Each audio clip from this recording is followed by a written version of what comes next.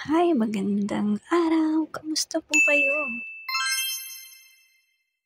Ngayong araw pala ay maaga akong nagising para mamalengke. At ito ngayong pagkatapos ko mamalengke, ay pinasok ko na yung aking mga pinamili. Ang dami-dami nga ito at bigat. Pang isang linggo na kasi itong mga stock namin na ito.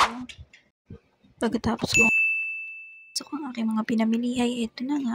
Naisipan ko unahing punasan isa-isa itong mga itlog para naman matanggal yung mga natira pang bahay ng dumi ng manok. Galing kasi sa farm, di ba nga?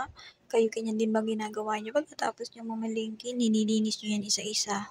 Ako bagay-bag tiyaga ako sa ganito. At ayaw nga nakikita yung pag-crack ko ng higay, meron ng itong dumi. Di ba mainam nga yung ganun at mabusisi tayo sa ating mga kinakain? Marami-rami pa nga naghihintay sa aking gawain kaya naman inuna ko na yung dapat unahin gaya nito baka mabasag kasi pag biglang nagising yung bata kaya inuna ko ito palagi. At ayan na. Nailigpit ko na nga yung unang batch ng mga urungin from last night at ito nga yung mga pinamili kong karne at isda at cold ka sa pinaghalo. Yun yung mga urungin ko at ito yung itlog na natapos ko ng punasan. Sunod nga na isalansan ko na sa lababo itong aking mga pinamili.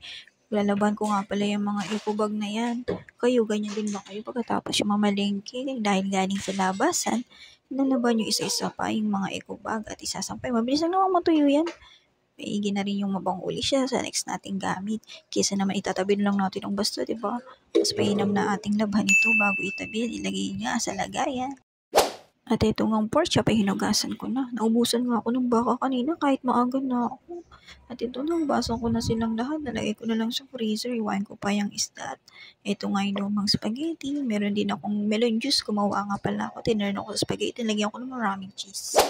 Naalala ko bigla itong supplement ko at ilang araw ko na nakakalimutan at ito na nga nag-take na ako ng isa.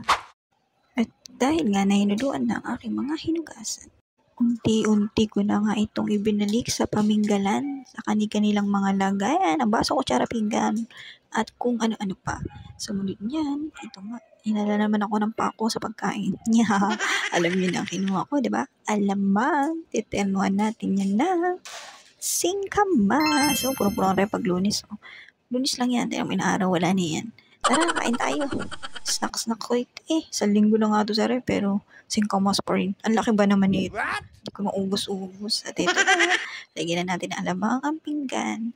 Sinimot ko ng ay lagayan at talagang nag-i-crave ako nitong singkamas. Lalo pa ganitong in season at ito na. Kain po. Gandang hapon naman. Gagawa nga pala ako ng squeeze orange juice. Niglagyan ko nga pala ito ng tag-isang kutsarang honey kesa asukal para mainam. Mamaya lalagyan ko din to ng konting tubig para dumami kasi tig 2 piraso lang bawat lagayan ng mga feeds. Matapos hugasan ng ating mga ponkan, ito nga hinati ko na to sa gitna. Pipigayin natin to sa ating squeezer. Ayan, madali na lang tayo. Bali, ang gagawin ko nga pala ay 2 piraso kada lagayan para naman may fresh juice ang mga chikiting-ting. At ito na nga, ready na. Nalimutan ko pang alisin yung filler dyan. Oh, de wow. Yung pangalawang salin tsaka ko naisip tanggalin para i-extract yung juice. Ito na nga pala ang kinalabasan ng ating squeeze juice. Lagyan ko to ng yellow para mas refreshing. Let's give it a quick stir para ma-mix up yung ating honey.